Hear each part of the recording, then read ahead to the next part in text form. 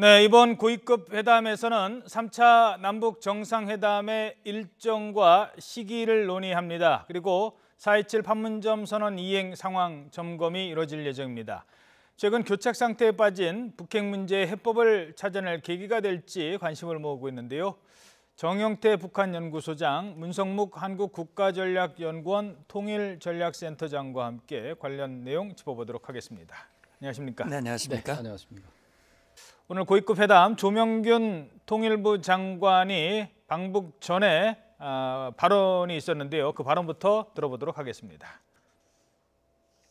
오늘 판문점 선언 이행에 대해서 전반적으로 좀 이행 상황을 점검하고 앞으로 할 일들에 대해서 논의를 하게 될 겁니다. 그리고 역시 판문점 선언에서 합의되어 있는 가을 남북 정상회담과 관련해서도 북측 입장도 들어보고 또 우리 측이 생각하는 바도 얘기를 한 다음에 논의를 하도록 하겠습니다. 예. 자, 일단 본격적인 논의 들어가기 전에요. 그 얘기부터 질문드리죠. 지금 북한 비핵화를 둘러싼 논의가 약간 좀 교착 상태에 빠졌다고 할까요? 진전이 잘 안 되고 있는데 그게 왜 그런 거죠? 예, 그렇습니다. 지금 북한의 그 비핵화 문제는 우리가 판문점 남북한이 정상회담을 하면서 거기에서는 판문점 선언 내용 중에 북한의 그 완전한 비핵화 이것을 이제 거기에서는 한반도 비핵화로 표현을 했죠. 여기에서 출발해 가지고 또 싱가포르의 미북 정상회담 속에서도 한반도의 그 완전한 비핵화 이 약속을 사실 했다고 볼 수가 있습니다. 예. 여기서 기반해 가지고 사실 북한과 미국의 이 비핵화에 대한 과정이라든가 이 방법에 있어서 그 차이점을 드러냈다 이렇게 볼 수가 있는데요. 북한의 경우는 우리가 시쳇말로 한마디에서 소위 셀프 비핵화, 예. 자기들이 스스로 이 세계의 평화를 위해서 비핵화에 앞장서겠노라 하면서 소위 이제 이것은 전제가 있죠. 자기들은 핵 국가로서의 비핵화하는 것을 상당히 강조를 하면서 일단 이 비핵화 과정을 걸었습니다. 그게 이제 소위 풍계리 핵실험장을 폐쇄를 한다든가, 그리고 또 장거리 미사일 엔진 시험을 한다든가, 이것도 이제 폐쇄하는 어떤 조치를 취한다든가 이렇게 함으로써 이것은 무슨 이것을 위해서 폐쇄한다든가 이것이 뭐 국제적인 어떤 점검단이 가서 이것을 본다든가 이런 것이 아니라 자기들이 앞장서서 스스로가 이 비핵화 과정이 조치를 취했다. 자, 그럼 자기들은 이렇게까지 하고 있는데 비해서 미국은 여기에 대해서 상응한 조치를 취하지 않는다고 하는 게 북한의 입장이에요. 자, 그게 대표적인 것이 이제 물론 이제 미국의 입장에서는 그 한미연합 군사 훈련을 잠정적으로 중단하는 것으로 상당한 정도의 이거는 뭐 엄청난 그 보상이라고 볼 수도 있습니다. 자, 그럼에도 불구하고 이것은 아주 가벼운 것으로 치부를 해버리고 여타의 어떤 그런 그 조치를 안 한다. 자, 그래서 북한은 이제 이것에 앞서 비핵화에 앞서서 종전선언이라는 것을 미국에 강하게 요구하고 있는 상황이고, 미국은 종전선언 이 내용들은 비핵화 이후에 비핵화를 하는 과정에서 이것의 종전선언을 할 수가 있다. 그리고 북한은 다시 말하면 북한은 선비핵화가 아니고 선종전선언 그다음에 비핵화 조치 이러한 태도를 취한다고 한다면은 미국은 그 선비핵화, 뭐 종전선을 비롯해 가지고 여러 가지 보상 조치 이런 것을 취하겠노라 하는 쪽으로 지금 상당히 미북 간의 줄다리기가 계속되고 있다. 자, 이렇게 보다 보니까 사실은 북한으로서는 자기들이 소위 셀프 비핵화 형태로 하면은 뭔가 미북 관계가 상당히 매끄럽게 풀려갈 것으로 예상을 했는데 이 자체가 사실 앞으로 나가고 있지 못하다 하는 것이 지금까지 상황이 아니냐 이렇게 볼 수가 있습니다. 예, 맞습니다. 지금 그래서 지금 계속 교착 상태에 빠지고 있는데 이런 상황에서 추진이 되는 남북 정상회담 그 무게감이 좀 그 어느 때보다 다를 것 같습니다. 그렇죠. 그러니까 지금 이제 금년 들어서 북한의 김정은 위원장의 신년사가 있었고 이후 고위급 회담, 북한의 특사, 우리 이제 청와대 예방 그러면서 이제 남북 정상회담이 열렸단 말이죠. 결국 그 과정에서 우리 특사가 미국에 가서 북미 정상회담이 연결이 됐고 결국 지금 결과적으로 보면 남북 정상회담이 북미 정상회담을 추동하는 그런 역할을 해왔거든요. 그래서 우리 정부도 이제 북미 관계, 미북 관계 개선의 어떤 중개자 역할을 해왔다. 자임을 해왔고요. 그래서 지금 소장님 말씀하신 대로 북미 간의 정상회담이 있었고 정상회담에서 뭔가 미국이 강조했던 CVID 방식, 완전한 비핵화에 가시적인 합의가 나올 걸로 기대했지만 안 나왔고 이어지는 북미 고위급 협상에서 뭔가 구체적인 일정표라든지 비핵화에 대한 확신이 있을 거라고 봤지만 안 나왔단 말이죠. 예. 2달이 되는 동안 6.12 공동성명에 4가지가 합의가 돼 있는데 마지막 미군 유해 송환 55구 7월 27일 날 송환한 거 외에는 사실 별 진전이 없다.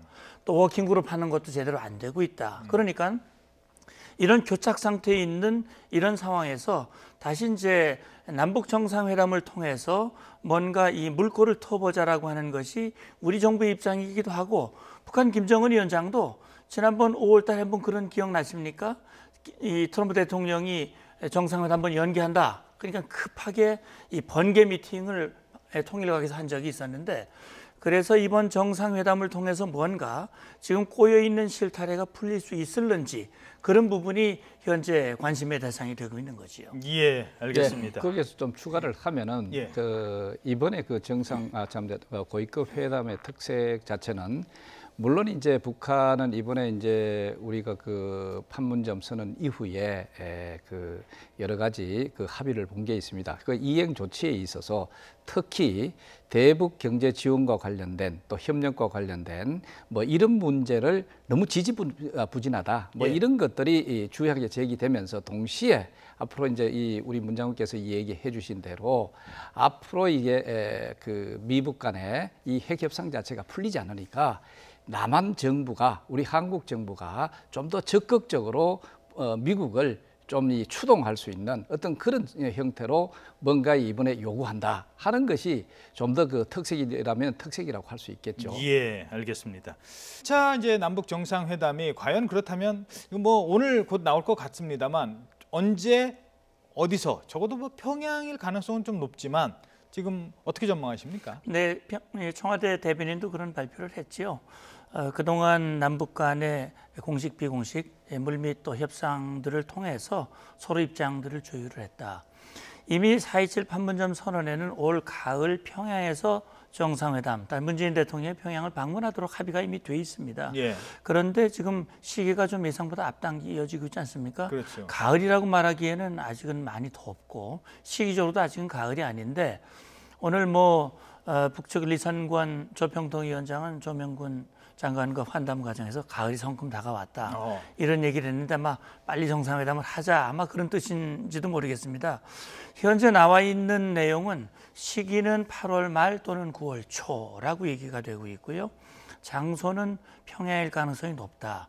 근데 이제 시기적으로 앞당겨지면 여러 가지 의전이라든지 이동 수송이라든지 숙소 문제라든지 또 김정은 위원장이 평양으로 가는 도로의 불비함 이런 걸 얘기를 했기 때문에 혹시 판문점이 되지 않겠느냐라는 그런 얘기도 있긴 있습니다만 아마 북한으로서는 4월 27일 판문점에서 2번 회담을 했기 때문에 이번 회담은 평양에서 여러 가지 회담에 관심도 높이고 이걸 통해서 뭔가 좀 상황을 전환시키고자 하는 그런 마음이 있을 거예요. 말하자면 구구절이라고 하는 것을 앞두고 김정은 위원장으로서는 뭔가 가시적인 성과를 내야 되는데 아직은 좀 답보 상태에 있는 거란 말이죠. 예. 그런 상황에서 좀 마음이 좀 조급한 것이 아닌가라는 생각도 들고 우리 정부 입장에서도 지금 막혀 있는 상황, 다시 말하면 우리 특사가 김정은 위원장을 만나고 김정은 위원장의 비핵화 의지가 있다는 걸 트럼프에게 전달해서 미북 정상회담이 성사가 된 건데 실제 회담이 있었음에도 불구하고 비핵화의 진전이 없다라고 하는 건 우리 정부로서 일정 부분 부담이 아닐 수가 없습니다. 예. 그런 차원에서 장소는 평양, 시기는 아마 8월 말 가능성이 좀 더 높지 않을까 이렇게 예측을 해봅니다. 북측 입장에서는 가급적 좀 빨리 하려 하는 생각도 좀 있을 것 같습니다. 왜냐하면은 지금 뭐 경협이라든가 뭐 잠시 뒤에 얘기하겠습니다만 북한 입장에서는 판문점 선언 이후 실질적으로 북한이 기대했던 뭐 경협 관련된 거는 지금 없으니까요. 이런 것들에 대한 뭐 좀 더 촉구를 할까요? 그래서인지 모르겠습니다만 회담 대표단 잠시 뒤에 나오겠습니다만 우리는 4명이고 이제 북측은 5명인데 북측 그 회담 대표단의 면면으로 봤을 때 북측이 어떤 걸 적극적으로 요구할 것 같습니까? 지금 방금 얘기해 주신 것과 마찬가지로 그 북한은 우선적으로 그 김정은 정권 자체가 가장 그 초점을 두고 있는 게 현 상황에서 예.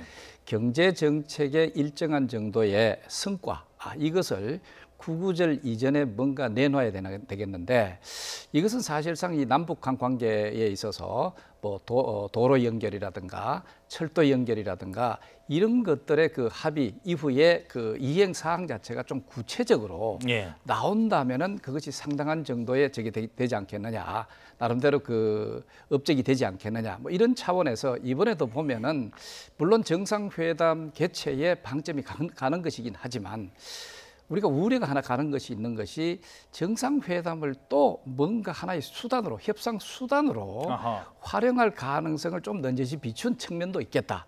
그 이유가 뭐냐면은 이번에 그 구성 대표단 구성을 보면은 사실은 그 철도성 부상이라든가 예. 또 민경협 김인혁 예. 뭐 민경협에서 나온다든가 이런 또 도로와 관계된 것, 국토와 관계된 또 이런 것들을 우리가 봤을 때 이런 어떤 실질적인 도로 연결과 철도 연결 관계돼서 강하게 밀어붙이는 어떤 형태가 되지 않겠느냐. 여기에서 우리 정부의 실질적인 어떤 확답 이런 것을 받아내는 데서 그것의 여부에 따라서 정상회담이 조기에 열릴 수도 있고 사실상 그것이 또 열리기 어려울 수도 있다는 그런 메시지를 전달할 그런 우려가 사실 언뜻 사실 들기는 듭니다. 예. 그러나 이것은 우리가 상당히 우려해서 하는 얘기고 그러나 전반적인 어떤 필요성에서 본다면은 북한은 남북한 정상회담은 일단 이것을 개최를 해야 앞으로 또 큰 틀에서는 김정은 위원장의 그 업적이라든가 이런 것을 또 부각시킬 수 있다. 이런 측면에 본다면은 뭐 그래도 평양에서 정상회담을 약속대로 하는 어떤 그런 모습을 보일 가능성도 여전히 남아 있다 이렇게 볼 수가 있습니다. 예, 지금 뭐 지적하신 것처럼 철도성 부상부터 시작해서 경제, 뭐 국토 개발 뭐 이런 관련된 인물들이 등장을 합니다.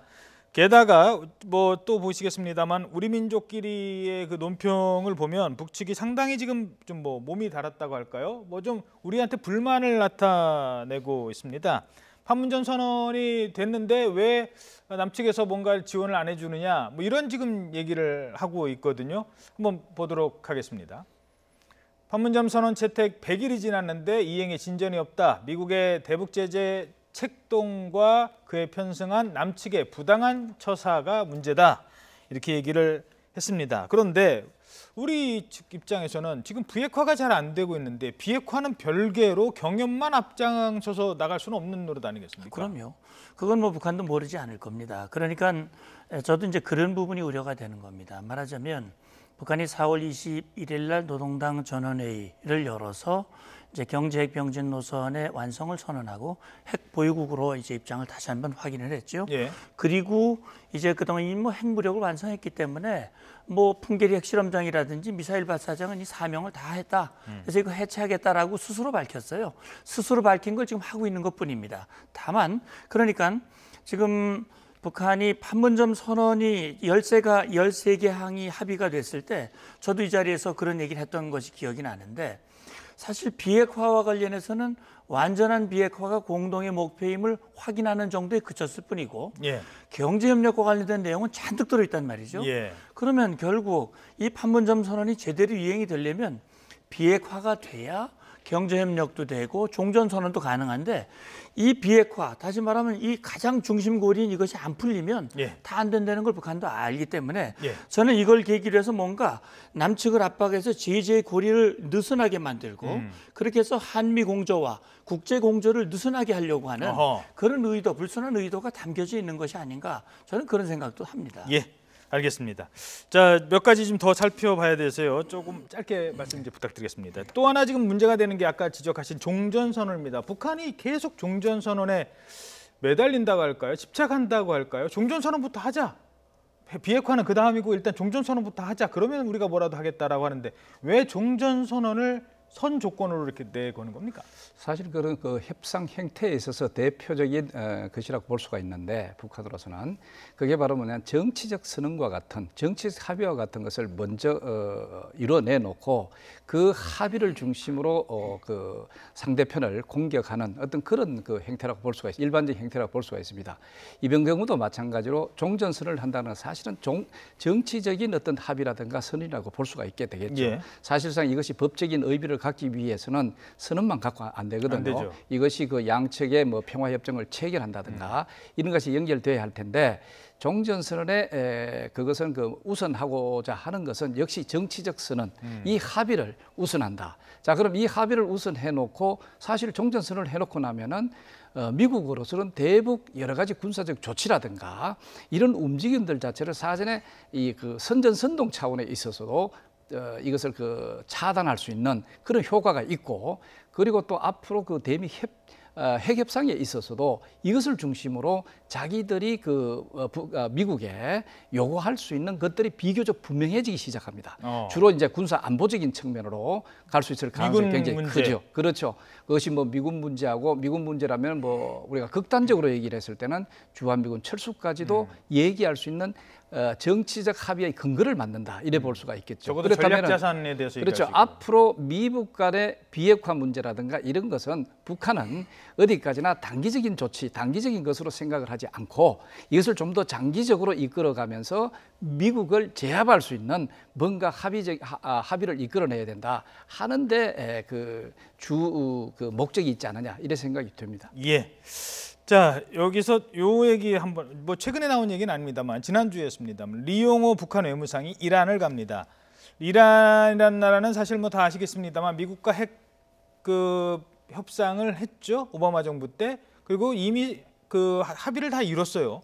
근데 트럼프 정부로 바뀌면서 저거 잘못된 핵 협상이다. 우리는 저렇게 못한다. 그래서 미국이 일방적으로 파기를 하고 뛰쳐나갑니다. 유럽연합 국가는 남아 있고요.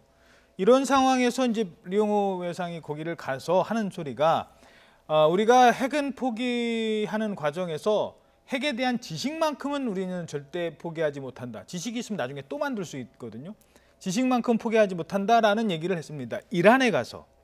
이거 어떤 의미가 있다고 보십니까? 예, 그러니까 이란은 뭐 말씀하신 대로 트럼프 대통령은 앞에 오바마 정부가 한 이 핵 합의는 불완전한 합의다. 미사일도 안 들어가 있고 2025년이 되면 모든 제재가 다 자동적으로 풀리기 때문에 이란이 얼마든지 핵을 다시 개발할 수도 있다.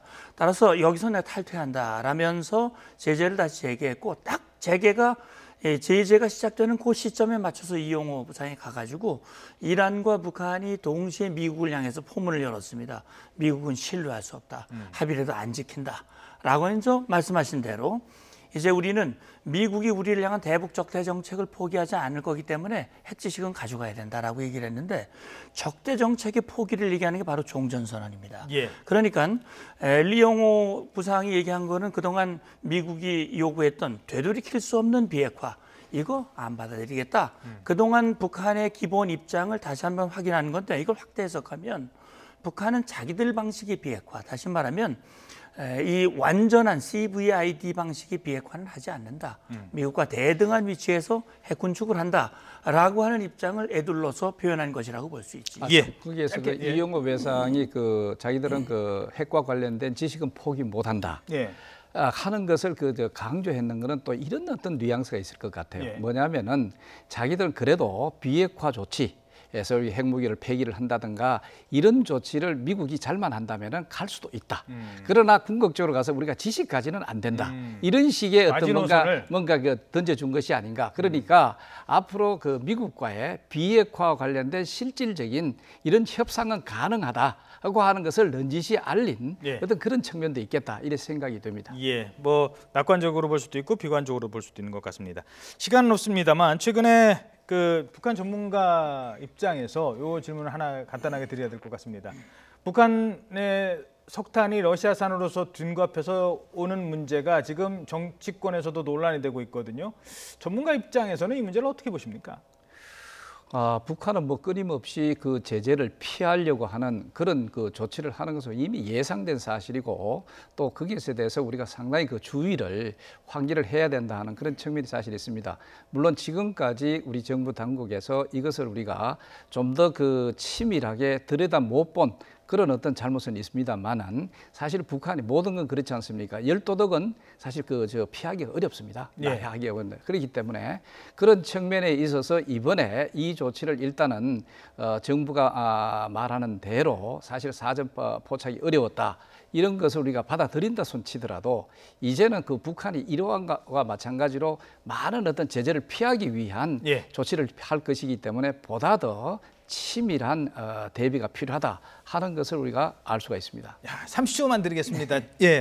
그러니까 지금 말씀하신 대로 이제 북한은 또 국제사회는 한국이 남북관계라는 특수성 때문에 결국은 이 미국 이런 제재의 어떤 허점이 드러난 것이 아닌가라는 부분입니다. 그래서 일부러 그러진 않았겠지만 앞으로 이런 일이 재발되지 않도록 철저한 이런 모습을 보여주는 것이 중요하다고 봅니다. 알겠습니다. 네, 지금까지 정영태 북한 연구소장, 문성묵 한국국가전략연구원 통일전략센터장이었습니다. 두 분 고맙습니다. 감사합니다.